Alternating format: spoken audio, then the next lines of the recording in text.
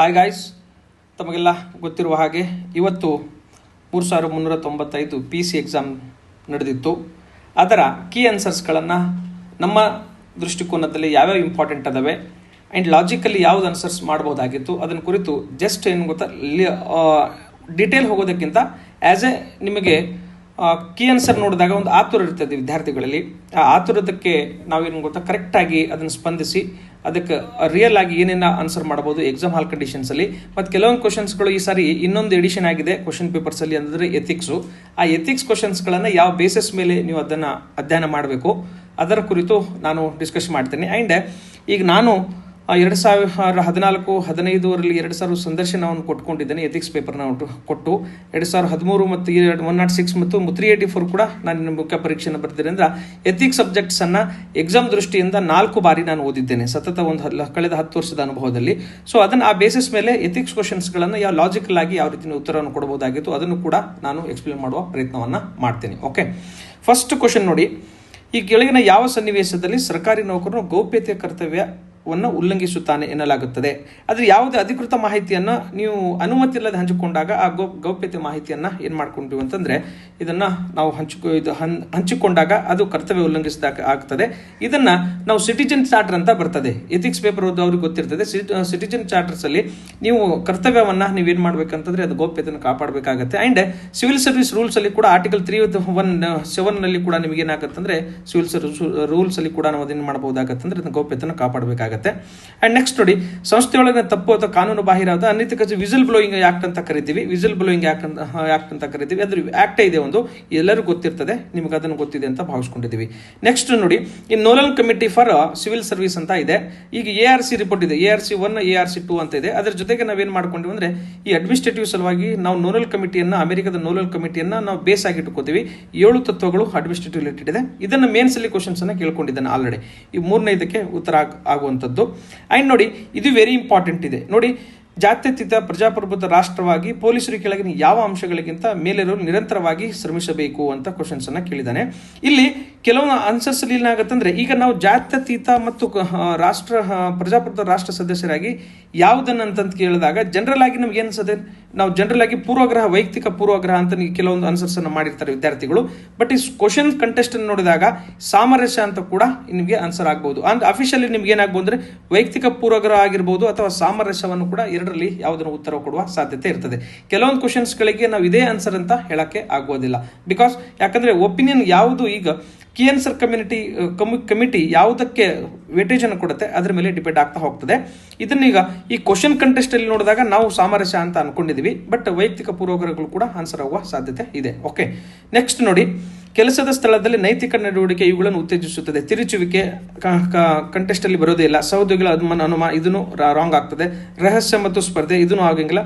ನಂಬಿಕೆ ಮತ್ತು ಸಹಕಾರ ಮತ್ತು ಸಮಗ್ರ ಅನ್ನೋದು ಇಂಪಾರ್ಟೆಂಟ್ ಆಗಿ ಈಸಿ ಕ್ವಶನ್ ಇದೆ. ನೀವು ಯಾರು ಕಾಮನ್ ಸೆನ್ಸ್ ಇದ್ರೂ ಅದನ್ನು ಉತ್ತರವನ್ನು ಕೊಡ್ತೀರಾ. ಓಕೆ, ಇದು ವೆರಿ ಇಂಪಾರ್ಟೆಂಟ್ ನೋಡಿ. ಶಾಸನ ರಚನೆಗೆ ಸಂಬಂಧಿಸಿದಂತೆ ಕೆಳಗಿನ ಯಾವುದು ಸರಿಯಾಗಿದೆ ಅಂತ ಕ್ವಶನ್ಸ್ ಅನ್ನ ಕೇಳ್ಕೊಂಡೆ. A and C ಸರಿಯಾಗಿದೆ.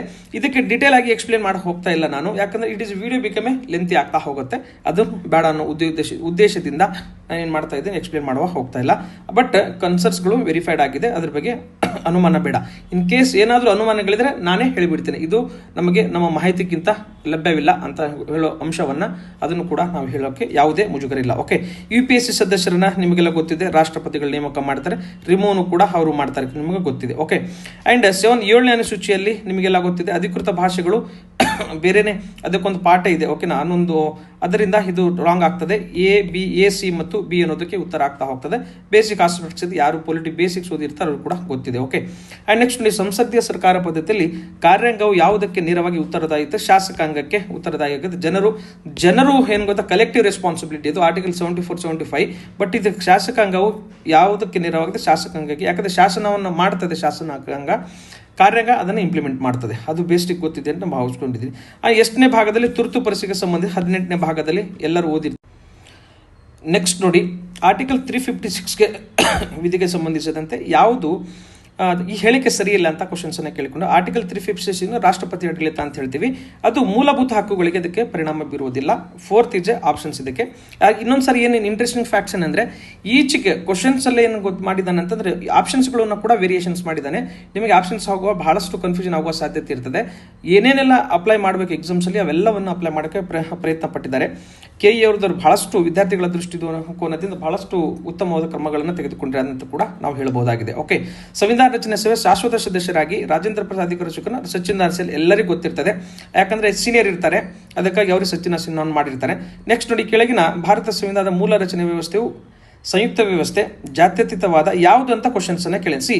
ಭಾರತದ ಇಲ್ಲಿ ಟ್ರಿಕ್ ಏನಿದೆ ಗೊತ್ತಾ, ಈ ಮೂಲಭೂತ ಸಂರಚನೆ ಅನ್ನೋದು ಇದು ಜುಡಿಷಿಯಲಿ ಇದು ನಮ್ಮ ನ್ಯಾಯಾಂಗ ವ್ಯವಸ್ಥೆ ಸೃಷ್ಟಿಸಿದಂಥ ಒಂದು ಬ್ಯಾಕ್ಬೋನ್ ಇದು. ಓಕೆನಾ, ಇದು ಸಂವಿಧಾನದ ಭಾರತದ ಸಂವಿಧಾನ ಪ್ರಕಾರ ಅಲ್ಲ. ಸೊ ಇದು ಒಂದು ಸೂಕ್ಷ್ಮತೆ ಇದೆ.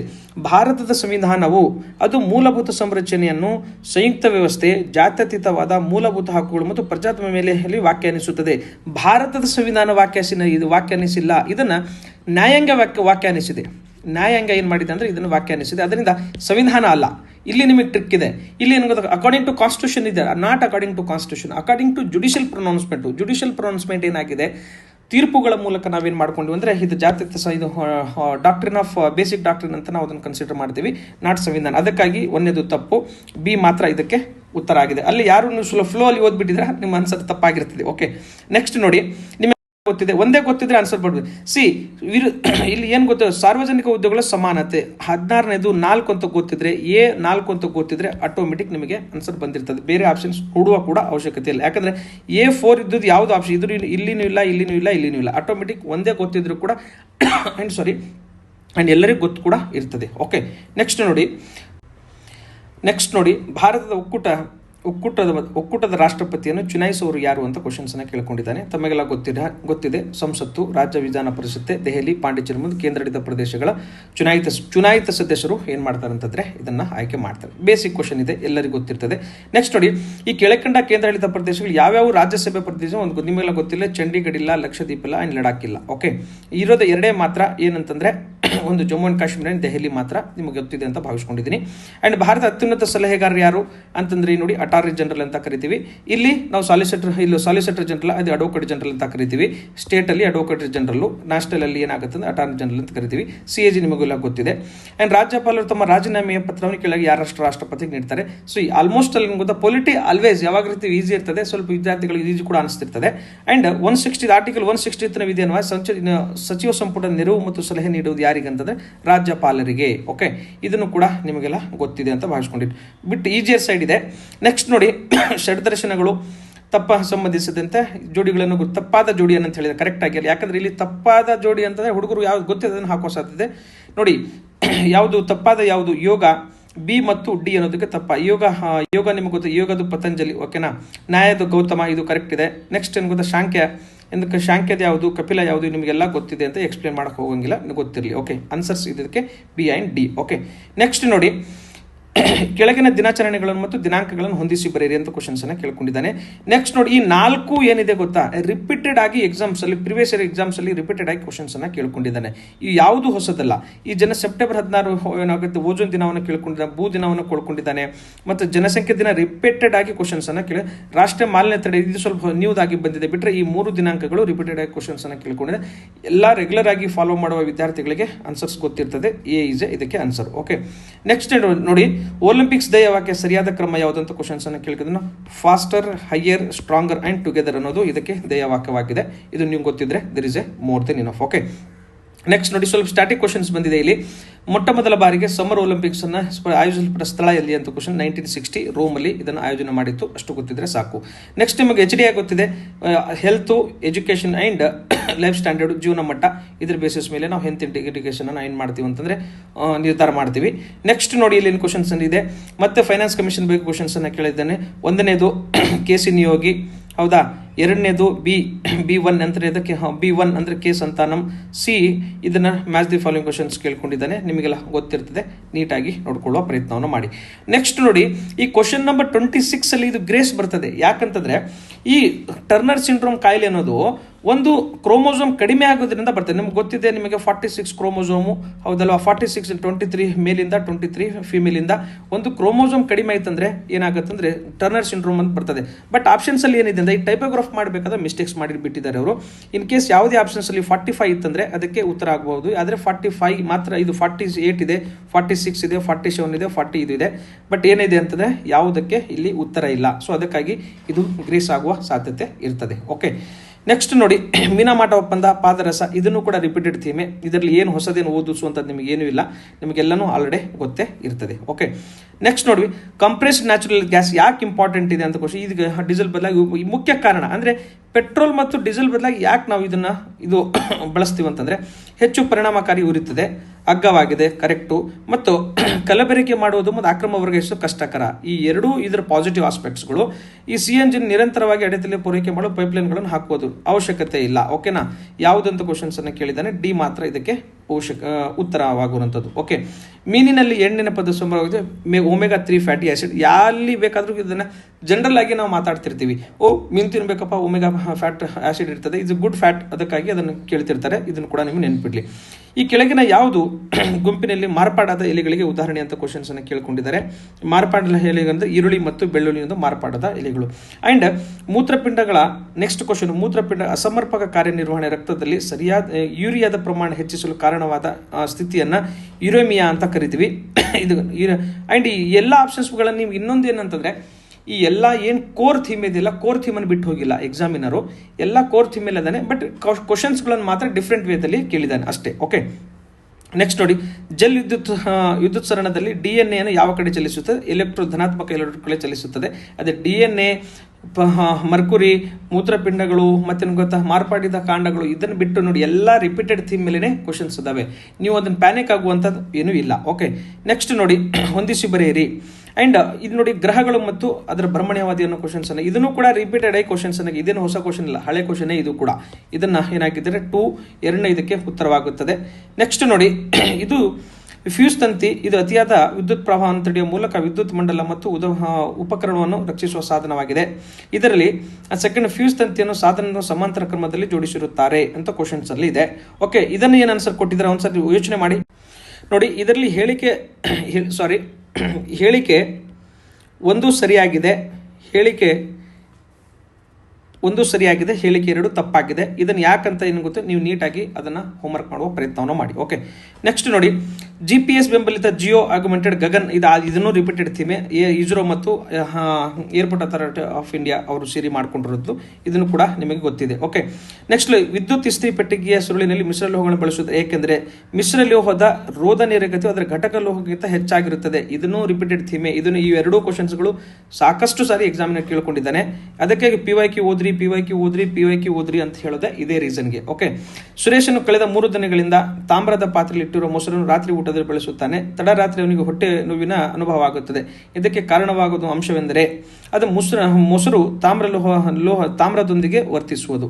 ಇದಕ್ಕೆ ರೀಸನ್ ಇದೆ. ಸ್ವಲ್ಪ ಬೇಸಿಕ್ ಕ್ವಶನ್ಸ್ ಅನ್ನ ಕೇಳಿದ್ದಾನೆ, ನಿಮ್ಗೆ ಗೊತ್ತಿದ್ರೆ ಗೊತ್ತು, ಅಂಡ್ ಇಲ್ಲ ಅಂತಂದ್ರೆ ಇಲ್ಲ. ಓಕೆ, ನೆಕ್ಸ್ಟ್ ನೋಡಿ, ಈ ಕೆಳಗೆ ಹೇಳಿಕೆಗಳನ್ನು ಪರಿಗಣಿಸಿ ಆಯ್ಕೆಯಾದ ಸರಿ ಉತ್ತರಗಳನ್ನು ಇದು ಮಾಡಿ ಅಂತ ಕ್ವಶನ್ಸ್ ಅನ್ನ ಕೇಳಿಕೊಂಡಿದ್ದಾನೆ. ಈಗ ಆಮ್ಲ ರುಚಿ ಕಹಿಯಾಗಿರುತ್ತದೆ, ಪ್ರತ್ಯಾಮ್ಲಗಳು ರುಚಿ ಹುಳಿಯಾಗಿರುತ್ತದೆ. ಇದು ಇಂಟರ್ಚೇಂಜ್ ಮಾಡಿದ್ದಾನೆ. ಸ್ಟೇಟ್ಮೆಂಟ್ಸ್ಗಳನ್ನು ಏನು ಮಾಡಿದ್ದಾನೆ, ಇಂಟರ್ಚೇಂಜ್ ಮಾಡಿದ್ದಾನೆ. ಆ ಹಿನ್ನೆಲೆಯಲ್ಲಿ 2 ಹೇಳಿಕೆಗಳು ತಪ್ಪಾಗಿದೆ, ಸರಿಯಿಲ್ಲ ಅಂತ ಅದಕ್ಕೆ ಉತ್ತರವಾಗಿರುವಂಥದ್ದು. ಓಕೆ, ನೆಕ್ಸ್ಟ್ ಹೊಂದಿಸಿ ಮಿಶ್ರ ಲೋಹಗಳು ನೋಡಿ. ಲೋಹಗಳ ಮೇಲೆ 2-3-4 ಕ್ವಶನ್ಸ್ಗಳು ಕಂಟಿನ್ಯೂಸ್ ಆಗಿ ಬರ್ತಾ ಇದ್ದಾವೆ. ಸೊ ಮಿಶ್ರ ಲೋಹಗಳ ಬಗ್ಗೆ ಕ್ವಶನ್ಸ್ ಅನ್ನ ನೀವು ಓದೇ ಬೇಕಾಗುತ್ತೆ. ಯಾಕೆ ಆ ರೀತಿ ಕ್ವಶನ್ ಎಕ್ಸಾಮಿನರ್ ಅದು ಇಂಟ್ರೆಸ್ಟ್ ಇದೆ ಅಂತಂದ್ರೆ, ಅವು ಡೇ ಟು ಡೇ ಲೈಫಲ್ಲಿ ಅವುಗಳ ಏನಿದೆ ಅನ್ವಯ ಇದೆ, ಅಪ್ಲಿಕೇಶನ್ ಆಫ್ ಈ ಲೋಹಗಳು ಏನಾಗುತ್ತೆ ಅನ್ವಯ ಇರೋದರಿಂದ ಸಾಕಷ್ಟು ಎಕ್ಸಾಮಿನ ಕ್ವಶನ್ಸ್ ಅನ್ನ ಕೇಳ್ತಾ ಹೋಗ್ತಾನೆ. ನೆಕ್ಸ್ಟ್ ನೋಡಿ, ಮತ್ತೆ ಕ್ವಶನ್ಸ್ ಕೇಳಿದ್ದಾನೆ. ಇದಕ್ಕೆ ಹೊಂದಿಸಿ ಬರೀರಿ. ಹೊಂದಿಸಿ ಬರೆಯ ಸೋಳ ಕಿತ್ತಾಳೆ ಆಲ್ಗಮಂ ಕಂಚು ಇದನ್ನು ಕೂಡ ಪ್ರಿವಿಯಸ್ ಇಯರ್ ಕ್ವಶನ್ ಪೇಪರ್ಸೇ ಇದಕ್ಕೆ ಮೂರನೇದು ಉತ್ತರವಾಗಿರುತ್ತೆ ಆಗಿದೆ. ಓಕೆ, ದೂರದರ್ಶನ ನಳಿಕೆ ಮತ್ತು ದೀಪಸ್ತಂಭಗಳಲ್ಲಿ ಲೈಟ್ ಹೌಸ್ಗಳು ಉಪಯೋಗಿಸುವ ಅನಿಲಗಳು ಇದಾಗಿದೆ ಕ್ರಿಪ್ಟಾನ್ ಮತ್ತು ಕ್ಸಿನಾನ್. ಯಾಕಂತ ಇದನ್ನು ಕೂಡ ಆಲ್ರೆಡಿ ಕ್ವಶನ್ಸ್ ಪೇಪರಲ್ಲಿ ಇದೆ. ಓಕೆ, ಯಾಕಂದರೆ ಎಲ್ಲ PYQsಗಳನ್ನು ನೀಟಾಗಿ ಕ್ವಶನ್ಸ್ ಅದ್ರ ಆ ಏರಿಯನ್ ಬಿಟ್ಟು ಹೋಗಿಲ್ಲ. ಓಕೆ, ಅಪಾಯದ ಸಂಕೇತ ದೀಪಗಳು ಕೆಂಪು ಬಣ್ಣದಾಗಿರೋದು ಏಕೆಂದರೆ ಆ ಕೆಂಪು ಬಣ್ಣವು ಮಂಜು ಮತ್ತು ಹೊಗೆಯನ್ನು ಕನಿಷ್ಠ ಚದುರಿಸುತ್ತದೆ ಅಂತ ಹೇಳಿದ್ದಾನೆ ಕ್ವಶನ್ಸ್ ಅಲ್ಲಿ. ಓಕೆನಾ, ಯಾಕಂತ ನಿಮಗೆ ಗೊತ್ತಿದೆ. ಚದುರುವಿಕೆ, ರಾಮನ್ ಎಫೆಕ್ಟ್ಸು, ಚದುರುವಿಕೆ, ಅದ್ರ ಮೇಲೆ 100% ಕ್ವಶನ್ಸ್ಗಳು ಬರ್ತಿರ್ತವೆ. ಅವನ್ನ ನೀಟಾಗಿ ಅಧ್ಯಯನ ಮಾಡುವ ಪ್ರಯತ್ನವನ್ನ ನೀವು ಮಾಡಬೇಕಾಗತ್ತೆ. ಓಕೆ, ಸಾವಯವ ಅವಶ್ಯದಿಂದಾಗಿ ಮಲಿನಗೊಂಡ ಬಾವಿ ಮತ್ತು ಕೆರೆಗಳ ನೀರನ್ನು ಶುದ್ಧೀಕರಿಸಲಿಕ್ಕೆ ಯಾವ ಸಂಯುಕ್ತವನ್ನು ಬಳಸಬಹುದು? ಪೊಟ್ಯಾಸಿಯಂ ಪರಮಂಗನೇಟ್ ಅನ್ನು ಬಳಸ್ತಾರೆ. ಅದನ್ನು ಕೂಡ ಯಾಕಂದ್ರೆ ಈ ಆಪ್ಷನ್ಸ್ಗಳಲ್ಲಿ ಈಗ ಆಲ್ರೆಡಿ ಆಯಿತು. ಈ ಆಪ್ಷನ್ಸ್ಗಳನ್ನು, ಈ ಸೈನ್ಸ್ ಅಂಡ್ ಟೈಪ್ ಕ್ವಶನ್ಸ್ಗಳನ್ನು ನೀವೇನು ಮಾಡಿ ಅಂತಂದರೆ ಈ ಆಪ್ಷನ್ಸ್ಗಳ 4 ಆಪ್ಷನ್ಸ್ಗಳ ಬಗ್ಗೆ ರಿಲೇಟಿವ್ಲಿ ನೀವೇನು ಮಾಡಿದರೆ ಅಧ್ಯಯನ ಮಾಡುವ ಪ್ರಯತ್ನವನ್ನು ಮಾಡಿ. ಓಕೆ, ಇದನ್ನು ಕೂಡ ನೆಕ್ಸ್ಟ್ ನೋಡಿ. ಉಪಕರಣಗಳು ಮತ್ತು ಅದನ್ನು ಅಳೆಯುವ ಮಾಪಕಗಳನ್ನು ಉಪಕರಣಗಳು ಮತ್ತು ಬಳಕೆ ಅದನ್ನು ರಿಪೀಟೆಡ್ ಆಗಿ ಈ ಬಾರೋಮೀಟರ್, ಪೈಥೋಮೀಟರ್, ನೆಕ್ಸ್ಟ್ ಥರ್ಮೋಮೀಟರ್ ಎಷ್ಟು ಸರಿ ಕೇಳಿದ್ದಾನೆ ಅವನಿಗೆ ಎಕ್ಸಾಮಿನರ್ಗೆ ಗೊತ್ತಿಲ್ಲ. ಓಕೆ, ಈ ಎರಡೂ ಕೂಡ ಗೊತ್ತಿದ್ರೆ ಕೂಡ ನೀವು ಆನ್ಸರನ್ನು ಮಾಡಬಹುದಾಗಿದೆ. ಓಕೆ, ನೆಕ್ಸ್ಟ್ ನೋಡಿ, ಕರ್ನಾಟಕ ಜಿಯೋಗ್ರಫಿ ಸ್ಟಾರ್ಟ್ ಆಗುತ್ತೆ ಈಗ. ಈ ಕರ್ನಾಟಕದ ಕೆಲವು ಪ್ರಮುಖ ಶಿಖರಗಳನ್ನು ಅವು ಎತ್ತರಕ್ಕೆ ಅನುಗುಣವಾಗಿ ಇಳಿಕೆ ಕ್ರಮದಲ್ಲಿ ಬರೀರಿ. ಯಾರು 8, 9, 10 ಬುಕ್ ಓದ್ತಾ ಇದ್ದೀರಾ ಅವರು ಆಟೋಮೆಟಿಕ್ ಇದನ್ನು ಬರೀತೀರಾ. ಬಟ್ ಸ್ವಲ್ಪ ಓದಿರ್ತೀರಾ, ಬಟ್ ಡೇಟಾಗಳನ್ನು ನೆನ್ಪಡೋದು ಸ್ವಲ್ಪ ಕಷ್ಟ ಆಗುತ್ತದೆ ಎಕ್ಸಾಮ್ ಹಾಲಲ್ಲಿ. ಈಗ ನಾವು ಹೊರಗಡೆ ಕೂತು ನಾವು ಹಂಗೆ ಹೇಳ್ಬೋದು, ಬಟ್ ಎಕ್ಸಾಮ್ ಹಾಲ್ ಕಂಡೀಷನ್ಸ್ಲಿ ಇಟ್ ವಿಲ್ ಬಿ ಡಿಫಿಕಲ್ಟ್. ಓಕೆನಾ, ಸೊ ಆ ಹಿನ್ನೆಲೆ ನೀವು ಏನಾಗುತ್ತಂದ್ರೆ ಸ್ವಲ್ಪ ಅದು ನೀವು ಯಾರು ಪದೇ ರಿಪೀಟ್ ಮಾಡ್ತಾ ಇದ್ದೀರಾ ಅವರಿಗೆ ನೆನಪಾಗ್ತಾ ಇರ್ತದೆ. ನೆಕ್ಸ್ಟ್ ಈ ಬೋರ್ಘಾಟ್, ಥಾಲ್ಘಾಟ್, ಪಾಲ್ಘಾಟ್ ರಿಪೀಟೆಡ್ ಆಗಿ ಕ್ವಶನ್ಸ್ ಅನ್ನ ಕೇಳಿಕೊಂಡಿದ್ದಾನೆ. ಏನಂದ್ರೆ ABD ಇದಕ್ಕೆ ಸರಿಯಾದ ಉತ್ತರ. ಓಕೆ, ಮೊನ್ನೆ ನಾವು ಜಿಯೋಗ್ರಫಿಯಲ್ಲಿ ಡೈಲಿ ನಾವು ಇಮೇಜ್ ಕಂಟೆಂಟ್ ಏನು ಹಾಕ್ತಾ ಅದರಲ್ಲೂ ಕೂಡ ಅದನ್ನ ನಾವು ರಿಪೀಟ್ ಮಾಡಿದೀವಿ. ಇದನ್ನು ನಮ್ಮ ಟೆಸ್ಟ್ ಸೀರೀಸಲ್ಲೂ ಕೂಡ ರಿಪೀಟೆಡ್ ಆಗಿ ನಾವು ಇದನ್ನ ರಿಪೀಟ್ ಮಾಡ್ಕೊಂಡಿದ್ದೀವಿ. ಸೊ ಇದು ರಿಪೀಟೆಡ್ ಥೀಮೆ, ಇದನ್ನು ಹೊಸದಾಗಿ ಹೇಳುವಂತ ಏನು ಅವಶ್ಯಕತೆ ಇಲ್ಲ. ಗೊತ್ತಿಲ್ಲ ಹೆಚ್ಚು ಏನು ಗೊತ್ತಾ, ವೆಸ್ಟರ್ನ್ ಘಾಟ್ಸ್ ಅಲ್ಲಿ ಜಂಬಟ್ಟಿಗೆ ಮಣ್ಣು ನಿಮಗೆಲ್ಲ ಗೊತ್ತಿದೆ. ಅಂಡ್ ವೆಸ್ಟರ್ನ್ ಘಾಟ್ಸ್ ಅಲ್ಲಿ ಮೊನ್ನೆ ನಾವು ಏನು ಮಾಡಿದ್ವಿ ಅಂದ್ರೆ ನಮ್ಮ ಕಮಿಟೀಸ್ಗಳು ಯಾವ್ಯಾವ ಇದಾವ ಅಂತ ಅದನ್ನು ಕೂಡ ಡಿಸ್ಕಸ್ ಮಾಡಿದ್ವಿ. ಅದರಲ್ಲಿ everything is covered. Okay, next ನೋಡಿ, ಈ ಕೆಳಕಂಡ ನಗರಗಳ ವರ್ಗೀಕರಣವನ್ನ ಕ್ವಶನ್ಸ್ ಅನ್ನ ನಗರ, ಮೆಗಾಪೊಲಿಟಿಷನ್, ಮೆಗಾಲೋಪೋಲ್, ನವಸಮುಚ್ಚಯ ಇದನ್ನು ಕೂಡ ನೀವು 2011 ಸೆನ್ಸಸ್ ಮೂಲಕ ನಾವು ವರ್ಗೀಕರಣವನ್ನು ಮಾಡ್ತೀವಿ. ಆ ವರ್ಗೀಕರಣ 2000 ಸೆನ್ಸಸ್ ಪಾಪ್ಯುಲೇಷನ್ಸ್ ನೀವೇನಾಗುತ್ತೆ ಜಿಯೋಗ್ರಫಿಯಲ್ಲಿ ಓದಬೇಕಾದ್ರೆ ನಿಮ್ಗೆ ಗೊತ್ತಿತ್ತಂದ್ರೆ ಅದನ್ನು ಹಾಕಿರ್ತೀರಿ. ಅಂಡ್ ಕಾಮನ್ ಸೆನ್ಸ್ ಮೂಲಕ ಕೂಡ ಇದನ್ನು ಆನ್ಸರ್ಸ್ ಮಾಡಬಹುದಾಗಿತ್ತು. ಇದಕ್ಕೇನು ಹೊಸದಾಗಿ ಓದೇ ಇಲ್ಲ ಅನ್ನೋ ಕಾನ್ಸೆಪ್ಟ್ ಏನು ಇಲ್ಲ. ಓಕೆ, ನೆಕ್ಸ್ಟ್ ನೋಡಿ, ಭಾರತದ ಬಂದರುಗಳು ಮತ್ತು ಅದಕ್ಕೆ ಸಂಬಂಧಿಸಿದ ಸರಿಯಾದ ಕ್ರಮವನ್ನು ಕೊಟ್ಕೊಂಡಿದ್ದಾರೆ.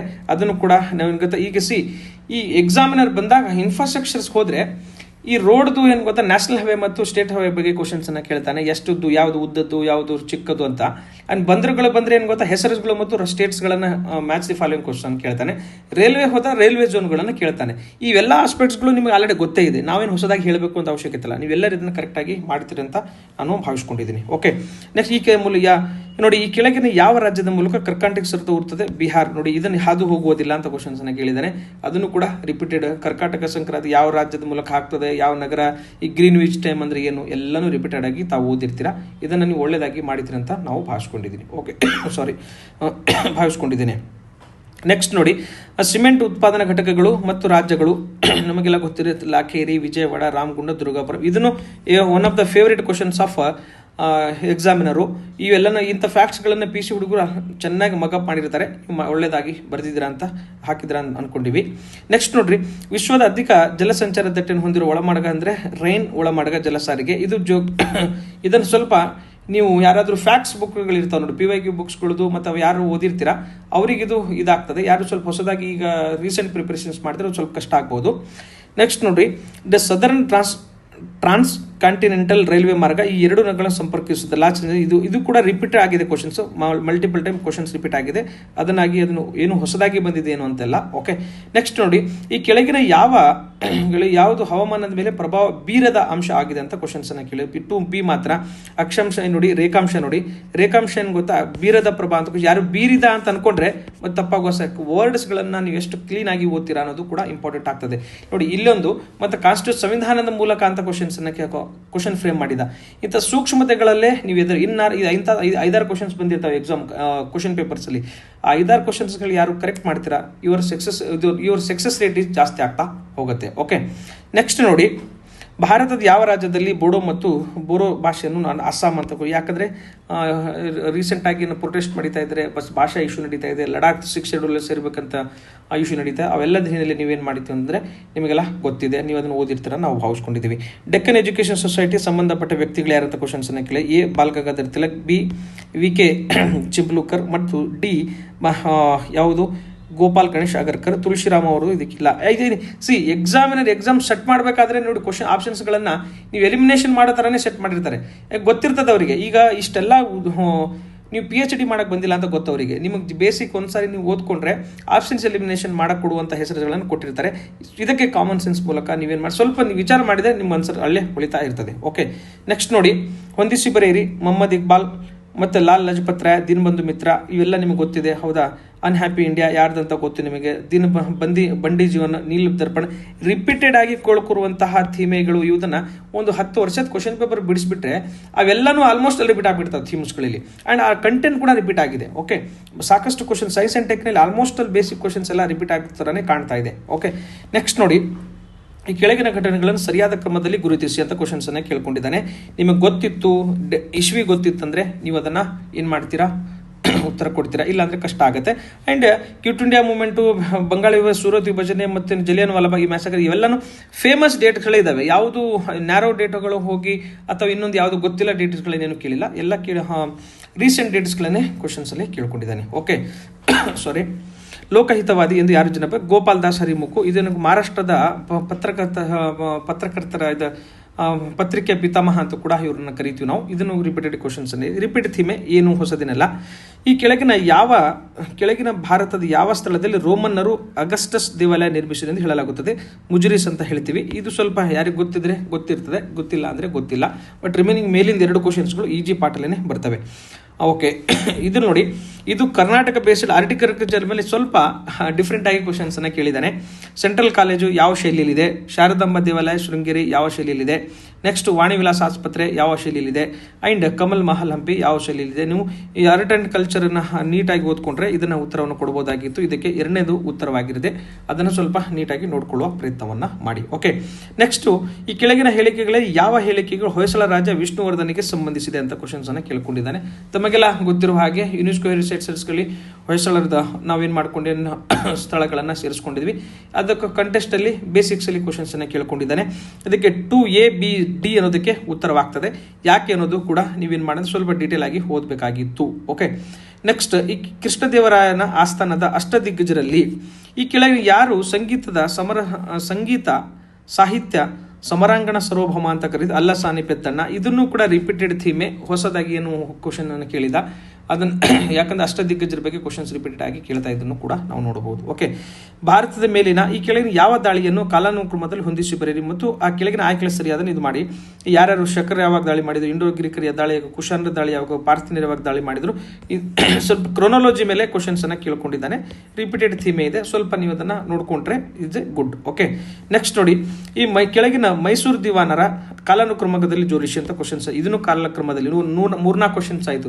ಹಿಸ್ಟ್ರಿಯಲ್ಲಿ ಜಲಿಯನ್ ವಾಲಾಬಾಗ್ದು ಇದೊಂದು ಮತ್ತು ಇದು ಹೊಂದಿಸಿ ಬರೀ ಎಲ್ಲ ಕ್ವಶನ್ಸ್ಗಳು ಕಾಲಾನುಕ್ರಮದಲ್ಲಿ ಕ್ವಶನ್ಸನ್ನು ಕೇಳಿ. ಇದನ್ನು ಪದೇ ಯಾಕೆ ರಿಪೀಟ್ ಮಾಡ್ತಾ ಇದ್ದೀನಿ ಅಂದರೆ ನೆಕ್ಸ್ಟ್ ಎಕ್ಸಾಮ್ಸಲ್ಲಿ ಎಕ್ಸಾಮಿನರ್ ಮೈಂಡ್ ಸೆಟ್ಟನ್ನು ನೀವು ರೀಡ್ ಮಾಡಿ ಅನ್ನೋ ಹೇಳುವ ಉದ್ದೇಶವಾಗಿತ್ತು. ಓಕೆ, ನೆಕ್ಸ್ಟ್ ನೋಡಿ, 1852 ಭಾರತೀಯ ಸೈನಿಕರು ಕೆಳಪೆ ಮಟ್ಟದ ಯುದ್ಧೋಪಕರಣ ಹೊಂದಿದರು.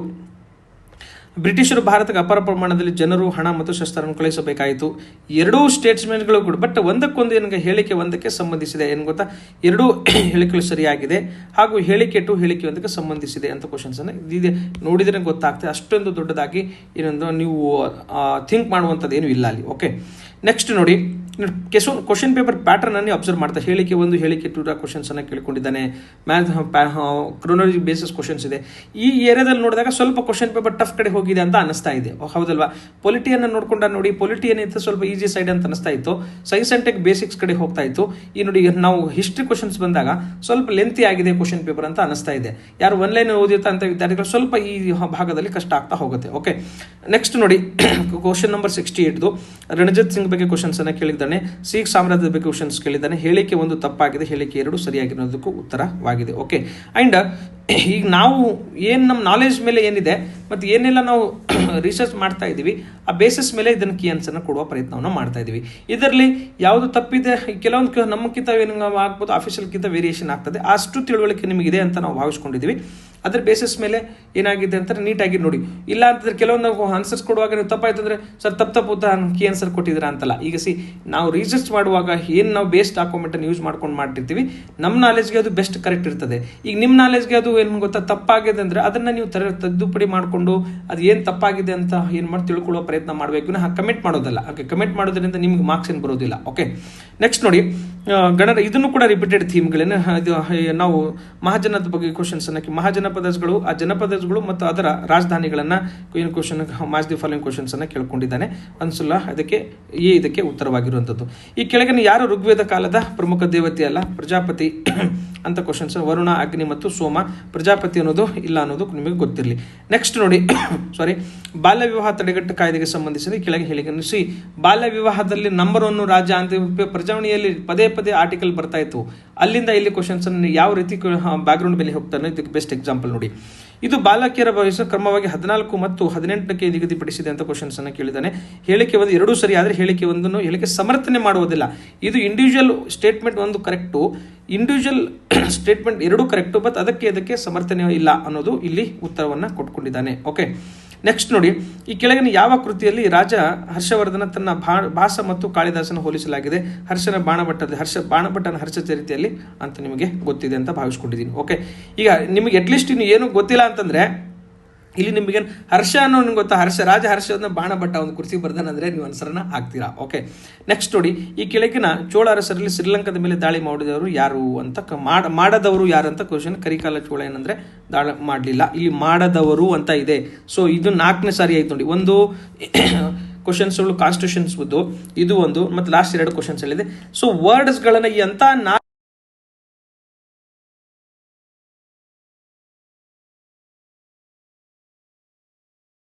ಮೇಲೆ ನೀವು ಪೆನ್ ಇಟ್ಟನ್ನು ಓದಬೇಕು ಅನ್ನೋದಕ್ಕೆ ಬೆಸ್ಟ್ ಎಕ್ಸಾಂಪಲ್ ಇದು. ಓಕೆ, ನೆಕ್ಸ್ಟ್ ನೋಡಿ, ಈ ಕೆಳಗಿನ ಹೊಂದಿಸಿ ಬರೀರಿ, ಸರಿಯಾದ ಉತ್ತರವನ್ನು ಆರಿಸಿ ಅಂತ ಕ್ವಶನ್ಸ್ ಕೇಳಿ. 2 ಇದಕ್ಕೆ ಉತ್ತರ. 2 ಯಾಕೆ ಉತ್ತರ ಅಂತ ನೀವೇನು ಮಾಡಿಕೊಂಡ್ರೆ ನೀಟಾಗಿ ಸ್ವಲ್ಪ ರಿಸರ್ಚ್ ಮಾಡುವ ಪ್ರಯತ್ನವನ್ನು ಮಾಡಿ. ಓಕೆ, ನೆಕ್ಸ್ಟ್ ನೋಡಿ, 76 ಕ್ವಶನ್ಗೆ ಉತ್ತರ 3, 77ಗೆ ಉತ್ತರ 2, 78 ಕ್ವಶನ್ಸ್ಗೆ ಉತ್ತರ 4, 79 ಕ್ವಶನ್ಸ್ಗೆ ಉತ್ತರ 1, ಉತ್ತರ 4, -4 ಅನ್ನೋದು -1 ಅನ್ನೋದಕ್ಕೆ ಉತ್ತರವಾಗಿದೆ. ಓಕೆ, ನೆಕ್ಸ್ಟ್ ನೋಡಿ, ಈ ರೇಖಾಚಿತ್ರದ ಬದಲು ಕ್ವಶನ್ಸ್ ಹೇಳಿದ್ದಾನೆ. ಕ್ವಶನ್ 80 ಅದಕ್ಕೆ ಉತ್ತರ 4. ಕೆಳಗಿನ 81 ರೇಖಾ ಸ್ತಂಭ ಲೇಖದ ಮೇಲೆ ಅಥವಾ ಬಾರ್ಗ್ರಾಫ್ ಅದರ ಮೇಲೆ ಕ್ವಶನ್ಸ್ ಅನ್ನು ಕೇಳಿಕೊಂಡಿದ್ದಾನೆ. ಫಸ್ಟ್ ಕ್ವಶನ್ಸ್ಗೆ 50% ಇದೆ, ಅದಕ್ಕೆ ಉತ್ತರ.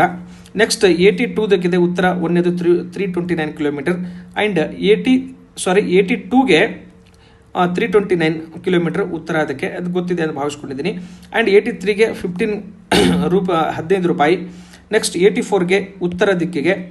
ನೆಕ್ಸ್ಟು 85ಗೆ ಕಂಟಿನ್ಯೂಸ್ ಅನ್ನೋದು ಇದಕ್ಕೆ ಕ್ರಮದಲ್ಲಿ ಈ ಕೆಳಗಿನ ಪದಗಳನ್ನು ಡಿಕ್ಷನರಿ ಕ್ರಮದಲ್ಲಿ ಬರೆದಾಗ ಅಂತ ಕ್ವಶನ್ಸ್ ಅನ್ನು ಕೇಳಿ. ಕಂಟಿನ್ಯೂಸ್ ಅನ್ನೋದಕ್ಕೆ 85ಗೆ 3 ಉತ್ತರ.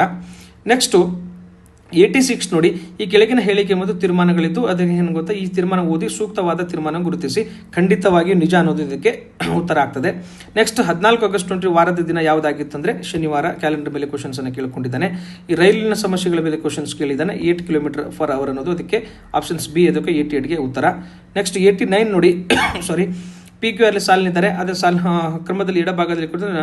ಯಾರ ಪಕ್ಕದಲ್ಲಿ ಇರುವಂಥ ಕ್ವಶನ್ಸ್ ಅನ್ನು ಕೇಳಿಕೊಂಡಿದ್ದಾನೆ. ಎ ಅನ್ನೋದು ಇದಕ್ಕೆ 3, ಅದಕ್ಕೆ ಉತ್ತರ 89ಗೆ. ನೆಕ್ಸ್ಟು 90ಗೆ ಉತ್ತರ 4, NR MW. Next question number 91ಗೆ ಇಲ್ಲಿ ನೋಡಿ, ಇಲ್ಲಿ ಗ್ರೇಸ್ ಯಾಕೆ ಕೊಟ್ಟಿದ್ದಾನೆ ಗೊತ್ತಾ? ಈಗ ಮಾನ್ಸಿಂಗ್ ಪೆಮಾರ್ ಅನ್ನೋದು ಗುಜರಾತ್ನವರು, ಅಲ್ಕಾ ಸಿಂಗ್ ಅನ್ನೋದು ರಾಜಸ್ಥಾನದಿಂದ ಆಗ್ತಾರೆ. ಅಲ್ಲೇ B1 ಆಗಬೇಕು. B1ಗೆ ಇಲ್ಲಿ ಉತ್ತರ ಯಾವುದೇ ಆಪ್ಷನ್ಸಲ್ಲಿ ಇದಕ್ಕೆ ಏನು ಗೊತ್ತಾ? B1 ಅನ್ನೋದು ಇಲ್ಲೇ ಇಲ್ಲ. ಅದಕ್ಕಾಗಿ ಇಲ್ಲಿ ಆಯ್ಕೆಗಳು ತಪ್ಪಾಗಿರೋದ್ರಿಂದ ಇದನ್ನು ಕೂಡ ಗ್ರೇಸ್ ಕೊಡುವ ಸಾಧ್ಯತೆ ಇರ್ತದೆ. 2 ಗ್ರೇಸ್ ಬರ್ತದೆ ಅಂತ ನಾವು ಭಾವಿಸ್ಕೊಂಡಿದ್ದೀವಿ. ಲಾಸ್ಟ್ 1 ಕ್ವಶನ್ಸು ಇದೊಂದು, ಯಾಕಂದರೆ ಅಲ್ಲಿ ಸ್ವಲ್ಪ ತಪ್ಪಾಗಿದೆ 2 ಕ್ವಶನ್ಸ್ಗಳಲ್ಲಿ. ಸೊ ಇದನ್ನು ನಾವು ಚೇಂಜ್ ಮಾಡ್ತಾರೆ ಅಂತ ಭಾವಿಸ್ಕೊಂಡಿದ್ದೀವಿ. ಆಗಮನ ಅನ್ನೋದು ಭಾರತದ ಮೊದಲ ಖಾಸಗಿ ಕಕ್ಷೆ ರಾಕೆಟ್ ಇದು 92ಗೆ. ನೆಕ್ಸ್ಟು JSBC ಜಲ್ ಸಂಚಯ ಮತ್ತು ಜನ್ ಭಾಗಿದಾರಿ 2.0 ಇದನ್ನು ಈ ಎರಡು ಕ್ವಶನ್ಸ್ ಅದಾವೆ. ಈ ಎಲ್ಲನೂ PIB ಅನ್ನು ಯಾರು ಓದ್ತಾ ಇದ್ರು ನೋಡಿ, ಆ PIB ಅವರಿಗೆಲ್ಲ ಇದನ್ನು ಉತ್ತರ ಮಾಡ್ಬೋದಾಗಿತ್ತು. ನೆಕ್ಸ್ಟ್ 2026 ಅಂತಾರಾಷ್ಟ್ರೀಯ ಸಹಕಾರ ದಿನದ ಧ್ಯೇಯವಾಕ್ಯ ಸಹಕಾರ ಸಂಘಗಳು ವೇಗವರ್ಧಿತ ಮತ್ತು ಸುಸ್ಥಿರ ಅಭಿವೃದ್ಧಿ ಪಾಲುದಾರಿಕೆ. ಎಲ್ಲಿ ಸುಸ್ಥಿರ ಅಭಿವೃದ್ಧಿ ಬರ್ತದೆ ಅದನ್ನೇನು ಮಾಡಿ ಅಂದರೆ ಸೀದಾ ಆನ್ಸರ್ ಆಗಿಬಿಡಿ, ಅದು ಆಟೋಮೆಟಿಕ್ ಆನ್ಸರ್ ಆಗ್ತಾ ಹೋಗುತ್ತೆ. ನೆಕ್ಸ್ಟ್ ನೋಡಿ, ಗ್ರೇಟರ್ ಬೆಂಗಳೂರು ಬಗ್ಗೆ ಕ್ವಶನ್ಸ್ ಅನ್ನು ಕೇಳ್ಕೊಂಡಿದ್ದಾನೆ. ಒಂದನೇ ಸ್ಟೇಟ್ಮೆಂಟ್ ತಪ್ಪಿದೆ, B ಆ್ಯಂಡ್ C ಇದಕ್ಕೆ ಉತ್ತರವಾಗಿದೆ. ಇದನ್ನು ಕೂಡ ನೀವು ನೀಟಾಗಿ ಓದ್ಕೊಳ್ಳೋ ಪ್ರಯತ್ನವನ್ನು ಮಾಡಿ. ಆ್ಯಂಡ್ ಕ್ವಶನ್ ನಂಬರ್ 96ಗೆ ಸಿಕ್ಕಿಂ ಇತ್ತೀಚೆಗೆ ಸಂಪೂರ್ಣ ಸಾಕ್ಷರತಾ ರಾಜ್ಯ ಎಂದು ಯಾವ ಕಾರ್ಯಕ್ರಮದಲ್ಲಿ ಘೋಷಿಸಲ್ಪಟ್ಟಿದ್ರೆ ಉಲ್ಲಾಸ್ ಅನ್ನೋದು ಕಾರ್ಯಕ್ರಮದಲ್ಲಿ ಅದನ್ನು ಘೋಷಿಸಲ್ಪಟ್ಕೊಂಡಿವಿ. ಸೆಹತ್ ಅನ್ನೋದು science excellence for agriculture through agriculture for transforming ಅನ್ನೋದು ಇದಕ್ಕೆ A ಅನ್ನೋದಕ್ಕೆ ಉತ್ತರವಾಗಿದೆ. ಪಂಡಿತ್ ದೀನ್ ದಯಾಳ್ ಉಪಾಧ್ಯಾಯ ರಾಷ್ಟ್ರೀಯ ಸಾಮಾಜಿಕ ಭದ್ರತಾ ಅಕಾಡೆಮಿಯನ್ನು ಇದನ್ನು EPFO ಇದೆಯಲ್ಲ ನೋಡಿ, ನೌಕರರ ಭವಿಷ್ಯ ನಿಧಿ, ಅದು EPFO ಅಂತ ಕರೀತೀವಿ. ಅದರ ಸಲುವಾಗಿ ಇದನ್ನು ಅತ್ಯುನ್ನತ ತರಬೇತಿ ಸಂಸ್ಥೆ ಆಗಿದೆ. Next question number 99. ಈಗ NS ರಾಜ ಸುಬ್ರಹ್ಮಣ್ಯ ಅವರು ಎಂದು ಭಾರತೀಯ ಸೈನ್ಯದ 3ನೇ ಚೀಫ್ ಡಿಫೆನ್ಸ್ ಆಗಿ ಅಧಿಕಾರಿಸಿದರು. ಹಾಗೆ 2ನೇ ಚೀಫ್ ಡಿಫೆನ್ಸ್ ಆದ ಜನರಲ್ ಅನಿಲ್ ಕುಮಾರ್ ಚೌಹಾಣ್ ಅವರು ಇದ್ರು. ಮೊದಲು ಯಾರಿದ್ರು ಕೂಡ ಹೆಲಿಕಾಪ್ಟರ್ ದುರಂತದಲ್ಲಿ ಸತ್ರು ಮೊದಲನೇ CDS ಯಾರಂತ ನಿಮಗೆ ಗೊತ್ತಿದೆ. ಓಕೆ, ನೆಕ್ಸ್ಟ್ ನೋಡಿ, 2026 ಏಪ್ರಿಲಲ್ಲಿ ಭಾರತ ಉಪರಾಷ್ಟ್ರಪತಿಯವರು CP ರಾಧಾಕೃಷ್ಣನ್ ಭಾರತದ ಸಂವಿಧಾನ ಸಿಂಧಿ ಭಾಷೆ ಇತ್ತೀಚಿನ ಆವೃತ್ತಿಯನ್ನು ಬಿಡುಗಡೆ ಮಾಡಿದರು. ಅದನ್ನು ಕೆಳ ಯಾವ 2 ಲಿಪಿಗಳಲ್ಲಿ ಬರೆದ ಅಂತ ಕ್ವಶನ್ಸ್ ಅನ್ನ ದೇವನಾಗರಿ ಮತ್ತು ಪರ್ಷಿಯನ್ ಲಿಪಿಯಲ್ಲಿ ಅದನ್ನು ಬರ್ಕೊಂಡಿವಿ. ಅದನ್ನು ಕೂಡ ನಿಮಗೂ ಗೊತ್ತಿರಲಿ.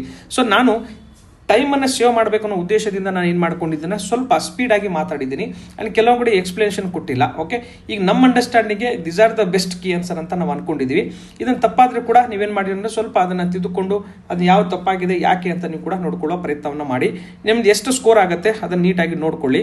ಆ್ಯಂಡ್ ಯಾರೆಲ್ಲ ಇನ್ನು ಗೊತ್ತಾ ಕ್ವಾಲಿಟಿ ಕ್ವಶನ್ ಪೇಪರ್ಸ್ ಬೇಕು, ಕ್ವಾಲಿಟಿ ಕ್ವಶನ್ಸ್ ಬೇಕು ಆ್ಯಂಡ್ ಸಿನಾಪ್ಸಿಸ್ ಬೇಕಂತಂದರೆ ನಾವು ವಿರಾಟ್ ಅನ್ನೋದು ಏನಾಗುತ್ತೆ, ವಿರಾಟ್ 150 ಅನ್ನೋದು ನಮ್ದು ಏನಾಗಿದೆ ಅಂದರೆ ಟೆಸ್ಟ್ ಸಿರೀಸ್ ಇದೆ ಗ್ರೂಪ್ C ಮತ್ತು VAಗೆ. ಆ್ಯಂಡ್ ಯಾರು KSಗೆ ಪ್ರಿಪ್ರೇಷನ್ಸ್ ಮಾಡ್ತಾರೆ ವಿರಾಟ್ 800 ಅನ್ನೋದು ಕೂಡ ಅದು ಕೂಡ ನಮಗೆ ಟೆಸ್ಟ್ ಸಿರೀಸ್ ಇದೆ. ಯಾರು PCಗೆ ಮಾಡ್ತೀರಿ ಅವರಿಗೆ 80+ ಅನ್ನೋದು ಕೂಡ ವಿರಾಟ್ ಅನ್ನೋದು ಅಂದರೆ ಟೆಸ್ಟ್ ಸಿರೀಸ್ ಇದೆ. ಯಾಕೆ ವಿರಾಟ್ ಅಂದರೆ ತಮಗೆಲ್ಲ ಗೊತ್ತಿರೋ ನಮ್ಮ ವಿರಾಟ್ ಕೊಹ್ಲಿ ಅವರು ಸ್ಕೋರ್ ಮಷಿನ್, ರನ್ ಮಷಿನ್ ಅಂತ ಕರಿತೀವಿ. ನಮ್ಮ ವಿದ್ಯಾರ್ಥಿಗಳು ರನ್ ಮಷಿನ್ ಆಗಲಿ ಅನ್ನೋದೇ ನಮ್ಮ ಉದ್ದೇಶವಾಗಿರುವಂಥದ್ದು.